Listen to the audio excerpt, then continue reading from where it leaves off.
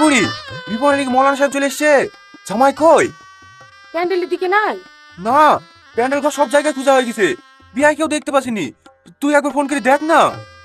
ঠিক আছে আব্বা।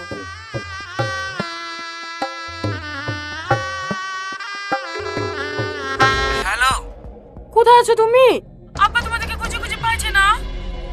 এই দেখো, কলকাতা থেকে একটা বন্ধু এসেছে তো, ও বা তোমাদের বাড়ি চিনতে পারছে না, তাকে নিতে আসলাম।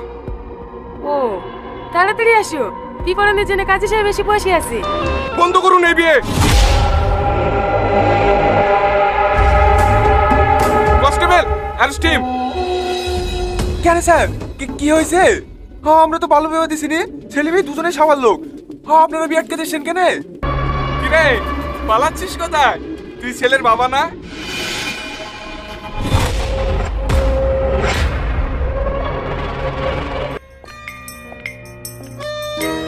চলেন ম্যাডাম। কি রে, তুই এই পোশাকে কেন? কি পরবো? আরে ডিউটিতে যাচ্ছি না, আমার খালাতো বোনের বার্থডেতে যাচ্ছি। যাই একটু সেজে গুজে আই। ঠিক আছে ম্যাডাম। যাও ম্যাডাম। হ্যাঁ বলুন। 91, 68, 73, 34, 113।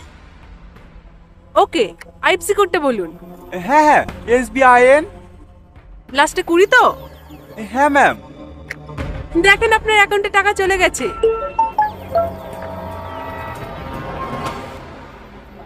হ্যাঁ ম্যাডাম, 25,000 টাকা ঢুকেছে। এবার আপনার জন্য দ্বিতীয় প্রশ্ন, আপনি রেডি তো? হ্যাঁ রেডি, বলেন। ভারতের পতাকায় কয়টি রং আছে? আ ভারতের পতাকায় কয়টি রং আছে? উত্তর দেওয়ার জন্য আপনার কাছে 1 মিনিট সময় আছে।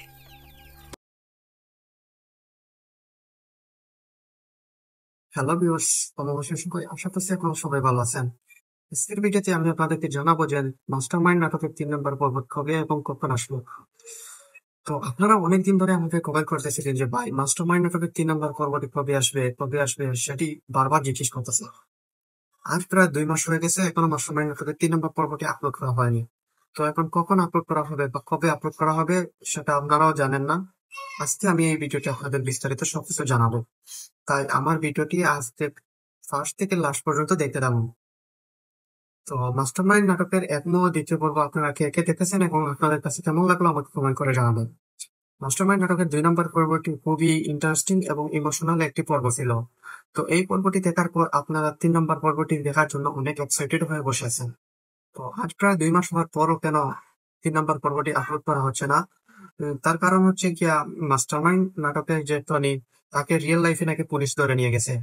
তো কি কারণে ধরে নিয়ে গেছে সেটা ডিরেক্টর আমাদেরকে বলেননি। তিনি শুধু বলেছিলেন যে টনিকে গ্রেফতার করে নিয়ে গেছে পুলিশ, যার কারণে তিনি এখন বর্তমানে নাটক করা বন্ধ করে দিয়েছেন এবং অন্য কোনো নাটক করতেও চান না। তো যতই না টনি ফিরে আসছে ততদিন উনি নাটক করবে না, এই কথাই বলেছেন তিনি। তো সেটা আমরা ওয়েবসাইট থেকে পাওয়া তথ্য অনুযায়ী আপনাদেরকে বলছি। আমরা সঠিক জানি না এটা সত্য নাকি মিথ্যা। কি কারণে টনিকে গ্রেফতার করে নিয়ে গেল তিনি সে কথা বলেননি আমাদের। তো আশা করছি আপনারা খুব তাড়াতাড়ি 3 নম্বর পর্বটি দেখতে পারবেন। যখনই টনি জেল থেকে ছাড়া পেয়ে যাবে তখনই আপনারা পর্বটা দেখতে পারবেন 1 সপ্তাহের মধ্যে। তো কবে টনি জেল থেকে ছাড়া পাবে সেই বিস্তারিত আমরা আপনাদেরকে জানাবো যখনই আপডেট পেয়ে যাব। তো আমাদের সাথে থাকবেন, আমাদের চ্যানেলটি ফলো করবেন এবং সাবস্ক্রাইব করে রাখবেন। যে যেখান থেকে দেখছেন, ফেসবুক থেকে দেখেন এবং ইউটিউব থেকে দেখেন, আমাদের চ্যানেলটি সাবস্ক্রাইব করে আমাদের পাশে থাকবেন। তো বিস্তারিত জানাবো তারপরে। আল্লাহ হাফিজ।